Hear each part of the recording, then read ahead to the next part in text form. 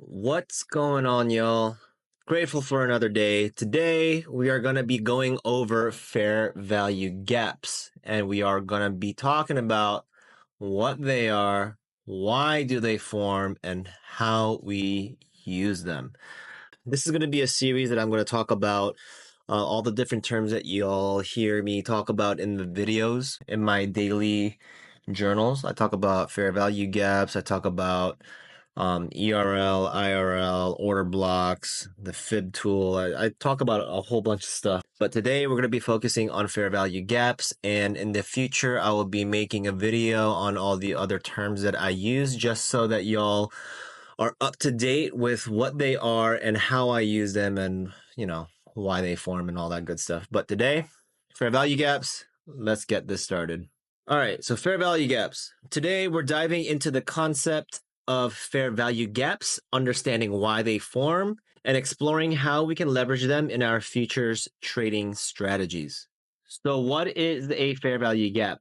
Fair value gaps, or FVGs, are formed by three candles in any direction that creates a gap or an inefficiency in price. They refer to price inefficiencies in the market where there is an imbalance between buyers and sellers. These gaps represent areas where trading activity is minimal or non-existent, creating a gap in the price action.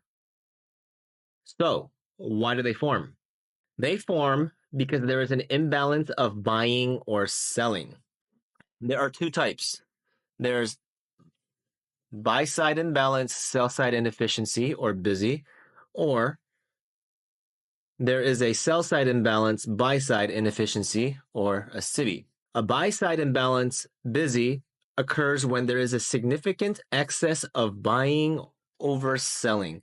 This typically results in a sharp upward price movement, creating areas on the chart where the price quickly moves up with little to no retracement. Sell-side imbalance, buy-side inefficiency, SIBI, occurs when there is a significant excess of selling over buying. This leads to a sharp downward price movement, creating areas on the chart where the price drops rapidly with little to no retracement. So, how do we use them? You can enter a long or a short position if the price retraces back towards the fair value gap. The two examples that you see here are examples of a bullish fair value gap and a bearish fair value gap.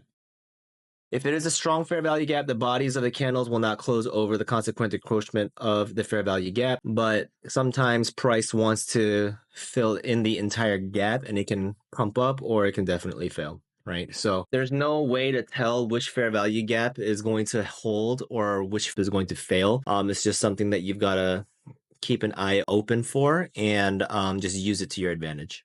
An inverse fair value gap, or an IFVG, is a concept that builds on the idea of traditional fair value gaps. So what are they? Why do they form? And how do we use them? Instead of price respecting the bullish or bearish fair value gap, price goes through it and heads the other direction. As you see here, you see that there's a bullish fair value gap and price fails, creating another bearish fair value gap within that bullish fair value gap, and price closes below this bullish fair value gap, creating an inverse fair value gap. Why do they form? They form as an indication that the price could be reversing and headed in the opposite direction, showing weakness in that fair value gap, as I showed in the previous slide right here, right? So how do we use them? Look for a single fair value gap to inverse, target opposing pool of liquidity. This can be used as an entry model for Judas swings or identifying reversal in price using SMT divergence. So we're going to go into a chart example of an inverse fair value gap, and this is actually a trade that I did take. So as you can see here, you see ES on the left and you see NQ on the right. We're looking at the 5-minute chart and you see a bullish divergence on NQ. This is going to be a concept that I'm going to dig deeper into next time. But for now, you just see ES making lower lows and NQ making a higher low. So that's called a divergence, right?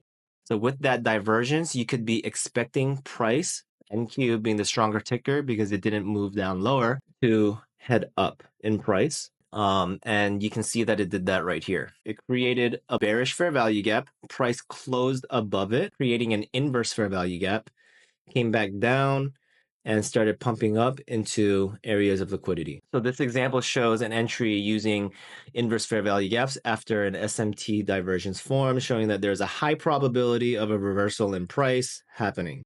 So Doji Trades uses this very well. So if you wanted to, you could head over to his channel and learn more. He's basically one of the best persons to learn from using the IFVG strategy. So if you wanted to, you can go to his channel.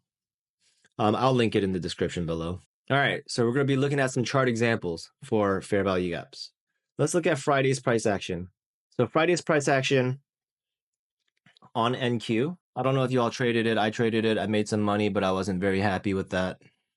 However, we had news at 8:30 a.m.